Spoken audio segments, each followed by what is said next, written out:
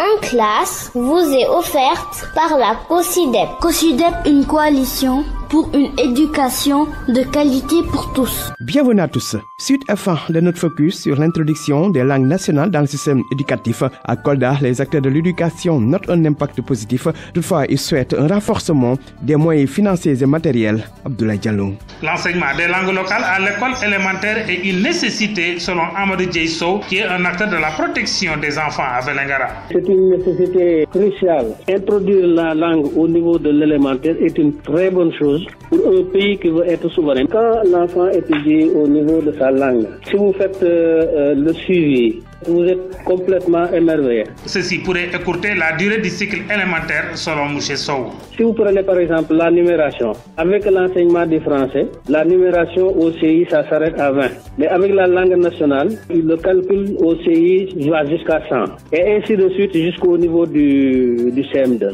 Et l'enfant, quand vous reprenez au niveau du CP, sur le plan bagage linguistique, il a le même capital qu'un enfant qui est au niveau du CE1. Ce qui veut dire que si vous faites l'analyse, au lieu que l'élémentaire se fasse en 6 ans, l'élémentaire peut se faire en 5 ans ou 4 ans quand c'est rodé. L'introduction des langues maternelles dans les enseignements apprentissages est un véritable facteur de développement. Regardez les pays qui ont étudié dans leur langue, comme le Japon, comme la Corée. Ils sont allés beaucoup plus vite que nous, alors qu'il y a un moment on était ensemble au même niveau. Mais cela nécessite des fonds propres.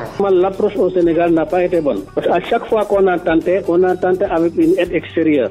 Et quand l'enveloppe de l'aide extérieure est terminée, l'expérience s'arrête là-bas. Les élèves qui étaient dans des classes pilotes de ce programme avaient un niveau supérieur à celui de leurs camarades de même niveau des écoles classiques. Les spécialistes en alphabétisation Mor Diakhaté appellent à la généralisation de l'introduction des langues nationales dans le système éducatif. Il est le directeur exécutif de l'ONG Alphadev et membre de la COSIDEP. Aujourd'hui, le ministère de l'Éducation nationale dispose d'initiatives réussies en matière d'introduction des langues nationales dans le système éducatif national. Il est donc nécessaire et indispensable, à partir de ces expérimentations réussies, de passer donc à l'échelle pour vraiment contribuer à l'amélioration du système éducatif, mais également qu'il soit en phase avec les besoins et aspirations donc du peuple sénégalais. Ça devrait donc être une urgence, donc une nécessité, si nous voulons vraiment que le système éducatif réponde aux aspirations de ce peuple-là. Il est impératif que ces expériences réussies fassent l'objet d'une généralisation dans le système éducatif en tenant compte des leçons apprises durant donc l'expérimentation. Et puis dans la rubrique découverte, nous présentons aujourd'hui le lycée de Sébikotane. Cet établissement est confronté à des difficultés comme un manque de salles de classe et autres. Reportage Abdou Diouf Diagne. Abdourahmane Sis, journaliste. Gana Fall, professeur de histoire et de géographie. Moussa Faye. Ces personnalités citées sont à l'origine de la création du CM de Sébikotane. Daoud Sis, qui était élève dans ce collège d'enseignement moyen, nous fait l'historique de cet établissement érigé depuis 2010 en lycée. À l'époque, le CM a fonctionné avec 3 salles de classe et les 2 salles ont été prêtées par le CER, le centre d'extension rurale, et une salle par l'école élémentaire de Sébirut.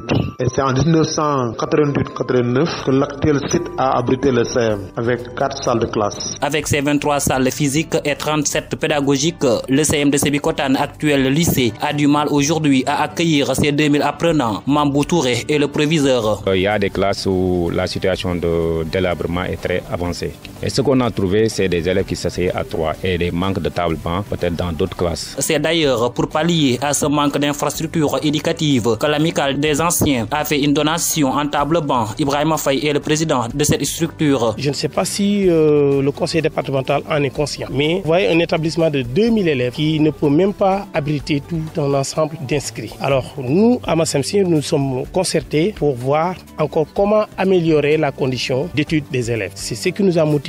La clôture, nous l'avons rénovée. Nous avons participé à l'achat des gels et thermoflasques pour lutter contre la pandémie. Malgré ces maigres moyens, le CM de Sébikotane, actuel lycée, enregistre souvent de très bons résultats. Il a eu plus de 80% au BFM en 2020 et 62% au baccalauréat. Merci à Abdou Diouf Diagne et à Abdoulaye Diallo. Vous pouvez réécouter cette émission sur www.rfm.sn et sur www.cosde.org. Rendez-vous la semaine prochaine. En classe vous a été offerte par la COSIDEP. COSIDEP, une coalition pour une éducation de qualité pour tous.